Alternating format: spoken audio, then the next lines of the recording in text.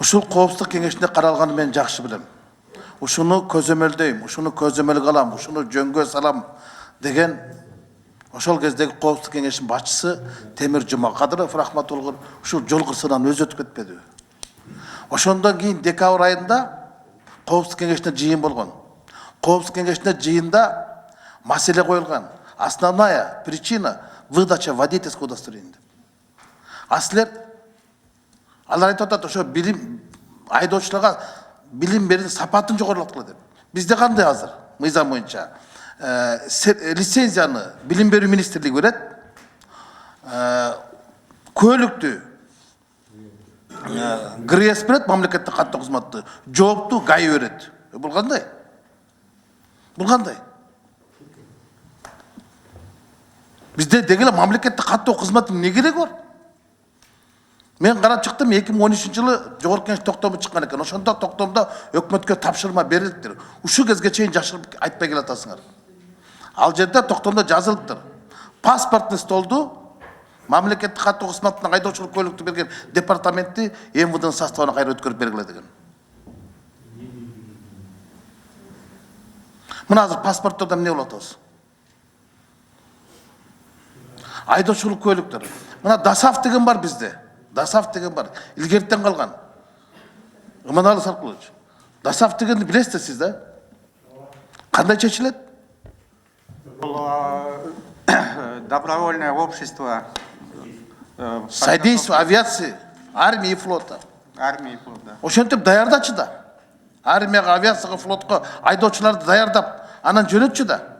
Ошол ДАСАФ бизде сакталып калды го. Bir general Байкуш ошондо отурат го. Силерге кайра кат жазып, өкмөткө кат жазып, Кошонов деген. Ой, бергилечи бизге эле деп.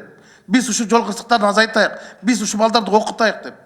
Азыр мына 200 частный автошколанын 40% талапка жооп бербейт экен. Же унасы жок, же полигону жок. Кантип вождение кылып атасыңар? Силер новый мыйзам менен силер жол кырсыктарын азайта албайсыңар да. Чектеп койгондон. 16 жашта паспорт берип атасың, айдоочулук көлүктү 18 жаштан берип атпайсыңарбы? Силер аял алганга чектөө киргизе албайсыңар да. 18 жашта биринчи аял алган, анан экинчи жолу үйлөнгөнгө 5 жылдык стаждан кийин үйлөнөсүңөр. Ошентип мында мыйзам жасап кыла бересиңерби? Уят эмеспи силер? Ушу экинчи жолу ушул мыйзамды биз чекеге чапсак, кайтарып келип киргизип атасыңар. ДАСАФтын райондук, областтык бардыгы сакталып турат.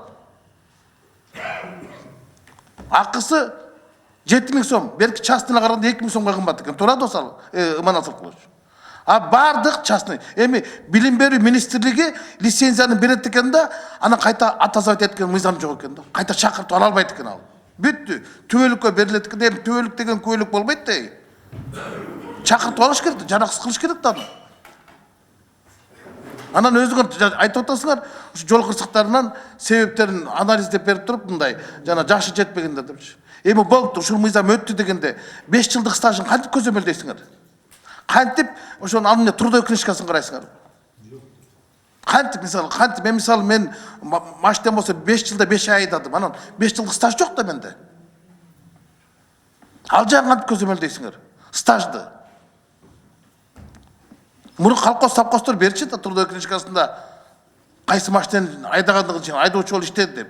Азыр кантип неме аласыңар? Баласы атасынын машинасын айдайт, 5 жылдан келет да мага дыга бериңиз, мен бусик айдайм дейт. Анын тажрыйбасы жок. Ушу да мыйзамбы? Бул чийки мыйзам да. Алып келип алып берде баяндамачы болуп башыңызды ооруп отурасыңар да. А 18 жашка жетпеген балдарга жумушту ким таап берет?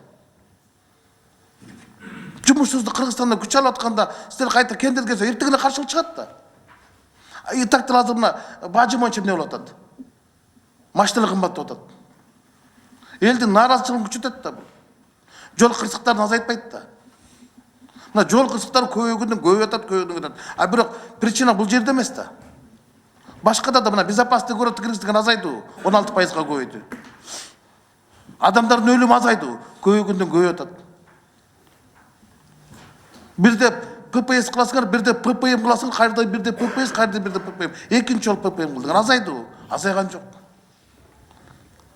Маселе башка жакта болуп атпайбы? Ушу жана айдоочулукту берген, көлүктү берген, лицензия берген, ошол жөнгө сал деп Коопсуздук кеңешинин 2017 жыл декабрдагы тапшырмасын аткарып, ошентип мыйзам жазып келбейсиңер банан. Биригип, 3 министрлик биригип алып бир мыйзам жазып келдиңер да, ошо жерде отурасыңар. Өзүңөр да түшүнбөйсүңөр. Эми ушу кантип болот, кантип болот? Жоопту Иманалы берет, праваны Мамбетов берет. Ушу болобу?